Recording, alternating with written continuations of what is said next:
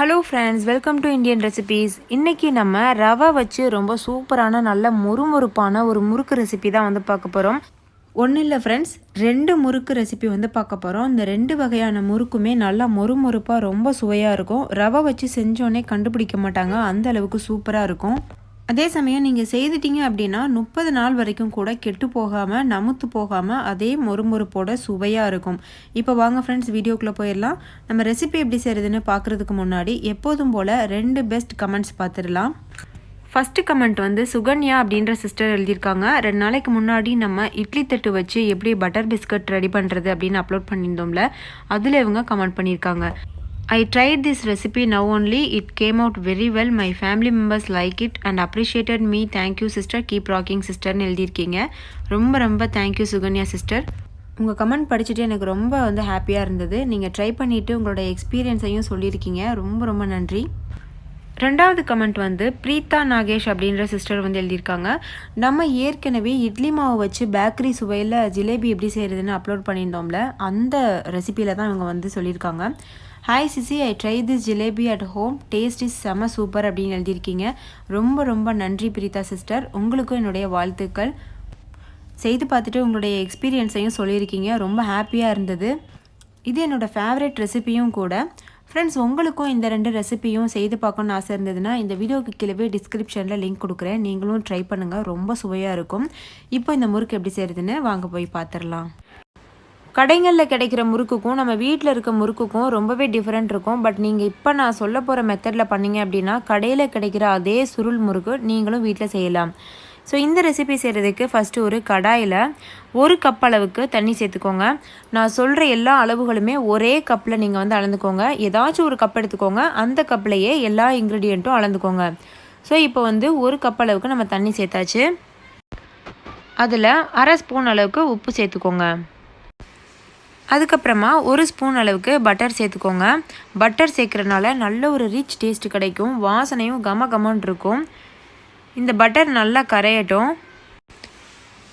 அதுக்கப்புறமா இதில் 1 ஸ்பூன் அளவுக்கு எள்ளு சேர்த்துக்கோங்க. வெள்ளை எள் இருந்ததுன்னா அது சேர்த்துக்கோங்க, அது நல்லா வாசனை கொடுக்கும். உங்களுக்கு வந்து சீரகத்துடைய வாசனை பிடிக்கும் அப்படின்னா நீங்கள் சீரகம் கூட சேர்த்துக்கலாம், அப்படி இல்லைன்னா ஓமம் சேர்த்துக்கலாம், ரொம்பவே மணமாக இருக்கும். இப்போ இது எல்லாத்தையும் சேர்த்து நல்லா கலந்து விட்டுக்கோங்க. இப்போ இந்த தண்ணி நல்லா கொதிச்சு வந்துருச்சு. இந்த சமயத்தில் 1/4 கப்புக்கும் கொஞ்சம் குறைவாக ரவை சேர்த்துக்கோங்க. ரவையை இந்த மாதிரி சேர்த்துக்கிட்டே நல்லா வந்து கலந்துக்கோங்க, அப்போ தான் கெட்டிப்படாமல் கலரும். ஒரு 2 நிமிஷம் இது கொதிச்சா போதும், ரொம்ப கொதிக்க தேவையில்லை. இப்போ பாருங்கள், 2 நிமிஷம் ஆயிடுச்சு. நல்லா வந்து இந்த ரவையெல்லாம் தனித்தனியாக ஒன்றா தெரியுது பாருங்கள், எவ்வளோ வந்து நல்லா வெந்து வந்திருக்கு. இந்த மாதிரி வந்து ஒரு கன்சிஸ்டன்சியில் தான் நம்மளுக்கு வந்து இருக்கணும். இப்போ நீங்கள் ஸ்டவ் ஆஃப் பண்ணிடுங்க. ஸ்டவ் ஆஃப் பண்ணிவிட்டு இதில் 1 கப் அளவுக்கு அரிசி மாவு சேர்த்துக்கோங்க. அரிசி மாவு சேர்த்துட்டு நல்லா வந்து கலந்து விட்டுக்கோங்க. நல்லா கலந்ததுக்கப்புறமா மூடி போட்டு மூடி ஒரு 10 நிமிஷம் அப்படியே விட்டுருங்க. அதை வந்து நல்லா ஆறட்டும். ஆறுனதுக்கப்புறமா கைவிடாமல் நல்லா பிசைஞ்சு எடுத்துக்கோங்க. இதில் வந்து நீங்கள் எக்ஸ்ட்ரா தண்ணி எதுவுமே சேர்க்க தேவையில்லை. நம்ம வச்ச அளவுகள் வந்து கரெக்டான அளவுகள், அதனால் நல்லா வந்து அழுத்தி விட்டு சப்பாத்தி மாவு மாதிரி பிசைஞ்சு எடுத்துக்கோங்க.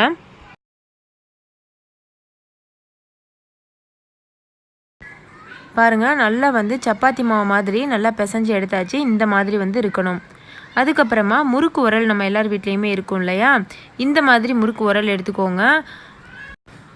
அதில் வந்து ஸ்டார் படம் போட்ட இந்த உள்ளே போகிற தட்டு வந்து எடுத்துக்கோங்க. இந்த மாதிரி ஷேப்பில் தான் நம்ம இன்றைக்கி இந்த முறுக்கை செய்ய போகிறோம். உங்களுக்கு இந்த முறுக்கு உரல் வேணும் அப்படின்னா நான் வந்து ஆன்லைனில் தான் இது வாங்கினேன். இதனுடைய லிங்க் வேணும்னா நான் உங்களுக்கு இந்த வீடியோவுக்கு கீழே இருக்க டிஸ்கிரிப்ஷன் பாக்ஸில் தரேன், நீங்கள் போய்ட்டு செக் பண்ணி வாங்கிக்கோங்க. இது வந்து ரொம்ப நல்லா வந்துருக்கு. நல்லா நைஸாக அந்த முறுக்கு புளியறது வந்து கஷ்டமே இல்லாமல் வந்து புளிய வருது.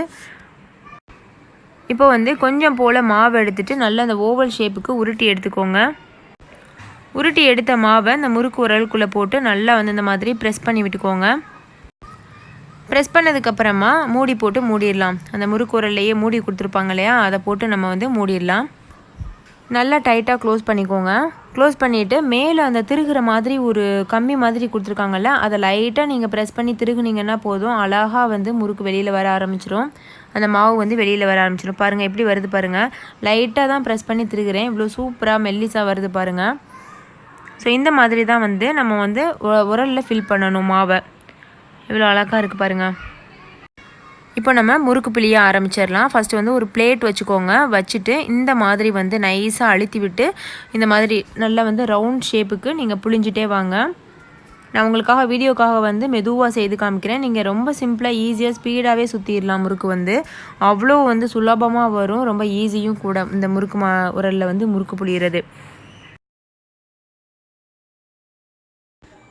இப்போ நம்ம முறுக்கு வந்து நல்லா பிழிஞ்சாச்சு. இந்த நடுவில் இருக்க அந்த எட்ஜையும் லாஸ்ட்டாக கடைசியாக இருக்க அந்த மூளையையும் வந்து மட்டும் லைட்டாக ப்ரெஸ் பண்ணி ஒட்டி விட்டுக்கோங்க. ஏன் அப்படின்னா நம்ம எண்ணெய் சட்டியில் போடும்போது அது பிரியாமல் இருக்கணும் அந்த முறுக்கு, அதுக்காக தான். இப்போ இது வந்து எண்ணெய் சட்டியில் போட்டு பொரிக்கிறதுக்கு ரெடியாக இருக்குது. இப்போ எண்ணெயும் நல்லா காஞ்சிருச்சு. இப்போ நம்ம சுற்றி வச்சுருக்க முறுக்கை வந்து இதில் ஆட் பண்ணிடலாம். நீங்கள் வந்து ஃபஸ்ட் டைம் முறுக்கு சுடுறீங்க அப்படின்னா ஒரு சமயத்தில் ஒரு முறுக்கு மட்டும் போடுங்க. உங்களுக்கு பழக்கம் இருக்குது அப்படின்னா 2-3 முறுக்கு கூட போட்டுக்கிறலாம். 2 சைடும் திருப்பி விட்டு ஹை ஃப்ளேமில் வச்சு நல்ல ஒரு கோல்டன் ப்ரௌன் கலரில் வர வரைக்கும் நல்லா வந்து பொரிச்சு எடுத்துக்கோங்க. ரொம்ப கலர் சேஞ்ச் ஆக விட்டுறாதீங்க. நான் இப்போ வீடியோவில் காமிக்கிற மாதிரி கலர் இருந்தால் போதும். ரொம்ப கலர் சேஞ்ச் ஆக விட்டுறாதீங்க. இந்த கலரில் எடுத்துருங்க. அப்போ தான் வந்து பார்க்குறதுக்கும் நல்லாயிருக்கும், கிறிஸ்மினஸும் ரொம்ப சூப்பராக இருக்கும். இதே போல் நம்ம வச்சுருக்க எல்லா மாவையுமே வந்து முறுக்காக பிழிஞ்சு பொரிச்சு எடுத்துடலாம். 2 சைடும் திருப்பி விட்டு நல்லா வந்து அழகாக வந்து பொரிச்சு எடுத்துக்கோங்க. பாருங்கள் இந்த மாதிரி. ஓகே ஃப்ரெண்ட்ஸ், நம்மளோட முறுக்கு ரெசிபி ரொம்ப சூப்பராக தயாராகிடுச்சு. ரொம்ப சட்டுன்னு செஞ்சிடலாம். ரொம்ப சீக்கிரமாக செய்யக்கூடிய ஒரு ரெசிபி. நீங்கள் வந்து ஈவினிங் ஸ்நாக்காக கூட இதை வச்சு சாப்பிட்லாம். இது ஒரு தடவை செய்து வச்சிட்டிங்க அப்படின்னா 6 மாதத்துக்கு கூட கெட்டு போகாது. அவ்வளோ வந்து சூப்பராக இருக்கும். அவ்வளோதான் ஃப்ரெண்ட்ஸ். இப்போ நம்ம செகண்ட் முறுக்கு ரெசிபி எப்படி செய்கிறதுன்னு பார்த்துடலாம். ரெண்டாவது வந்து கொஞ்சம் வித்தியாசமாக இருக்கும். அதுவும் நல்ல முறுமுறுப்பாக சுவையாகவே இருக்கும். இப்போ வாங்க அது எப்படி செய்கிறதுன்னு பார்த்துடலாம்.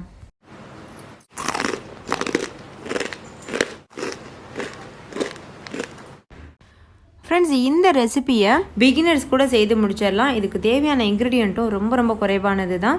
அதே சமயத்தில் இது செய்கிறதும் ரொம்ப ஈஸியாக இருக்கும். குழந்தைங்கலேருந்து பெரியவங்க வரைக்கும் ரொம்ப என்ஜாய் பண்ணி சாப்பிடுவாங்க. இதை நீங்கள் செய்து ஒரு டைம் ஸ்டோர் பண்ணி வச்சிட்டிங்கன்னா 1 மாதம் ஆனாலும் கெட்டும் போகாது.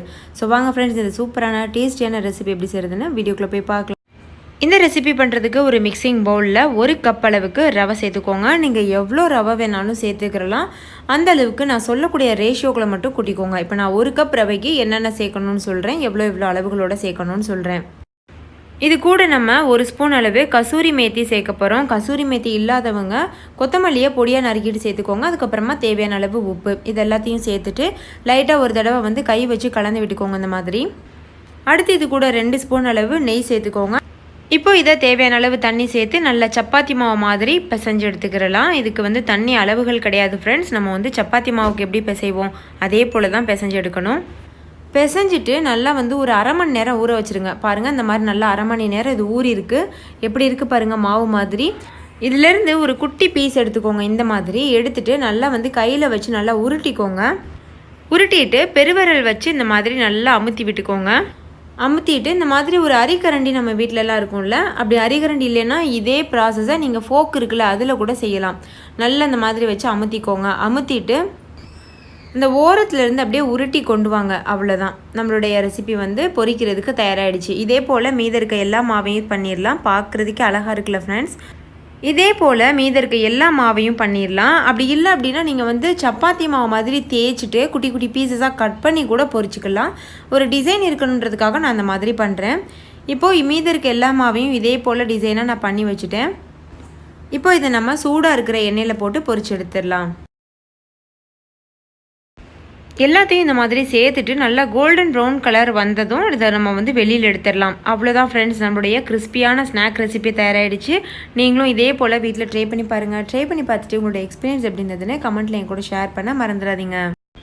இந்த ரெசிபி உங்கள் எல்லாருக்கும் ரொம்ப பிடிச்சிருக்கும்னு நம்புகிறேன். பிடிச்சிருந்தா லைக் பண்ணுங்கள். உங்கள் ஃப்ரெண்ட்ஸ் கூட நிறைய ஷேர் பண்ணுங்கள். அவங்களும் பார்த்து அப்போ தான் பயன்பெறுவாங்க. ஃப்ரெண்ட்ஸ், இந்த ரெசிப்பியில் ஏதாவது உங்களுக்கு டவுட் இருந்தது அப்படின்னா கீழே கமெண்ட் செக்ஷனில் வந்து பதிவு பண்ணுங்கள். நான் கண்டிப்பாக வந்து ரிப்ளை பண்ணுறேன். உங்களுடைய டவுட் வந்து கிளியர் பண்ணுறேன். அதே போல் உங்களுக்கு ஏதாவது ரெசிபி தெரிஞ்சுக்கிறணும்னு ஆசை இருந்தாலும் சொல்லுங்கள். கண்டிப்பாக நான் வந்து எனக்கு டைம் கிடைக்கும் போது செய்து அதை வந்து உங்களுக்கு அப்லோட் பண்ணுவேன்.